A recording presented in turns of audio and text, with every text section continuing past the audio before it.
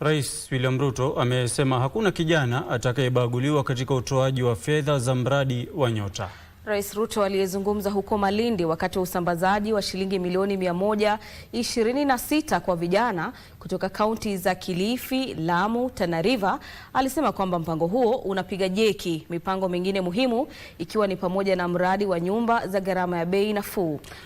Kazi majuu miongoni mwa miradi mingine. Katika bustani ya Buntwani huko Malindi, kaunti ya Kilifi, Rais William Ruto na maafisa wengine wa serikali waliongoza hafla ya usambazaji wa mtaji wa biashara kupitia mpango wa Nyota. Pesa mfukoni! Jumla ya vijana 540 wajasiriamali kutoka wadi 60 kwenye kaunti za Lamu, Kilifi na Tana River walinufaika. Sasa pesa imeingia? Imeingia. Hebu nione.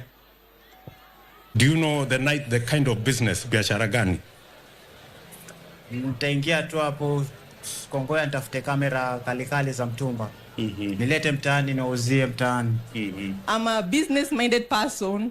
It's just that I don't have the capitals to start since before. So I'm passionate about cosmetics. Alafu pia alikuwa anapata ile discourage na watu wanakuambia hiyo ni uongo, haiwezi kuwa ni ukweli. Yale tu ni yale mambo tu ya Ruto. Mambo tu ya Ruto, haiwezi kuwa ni ukweli. Rais aliwahakikishia vijana kwamba mradi huo hautabagua. Hakuna kijana hapa ameletwa na mwanasiasa ama na mtu yeyote. We want inclusivity. We want every young person, irrespective of their background. You must get an opportunity like every other young person in Kenya. Kiongozi wa taifa akisema mpango huu utapiga jeki miradi mingine ya serikali kwa kutoa nafasi za ajira kwa vijana na kuhimiza ukuaji wa uchumi. Na tulikubaliana kazi ni kazi.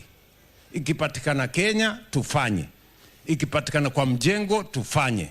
Ikipatikana kwa mtandao tufanye.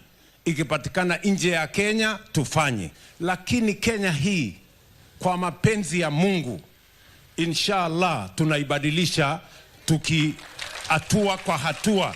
Kutolewa kwa fedha hizo kunafuatia kukamilika kwa mpango wa siku 4 ya utoaji mafunzo ya lazima ya kibiashara kuwapa vijana ujuzi wa kuanzisha na kuimarisha biashara zao.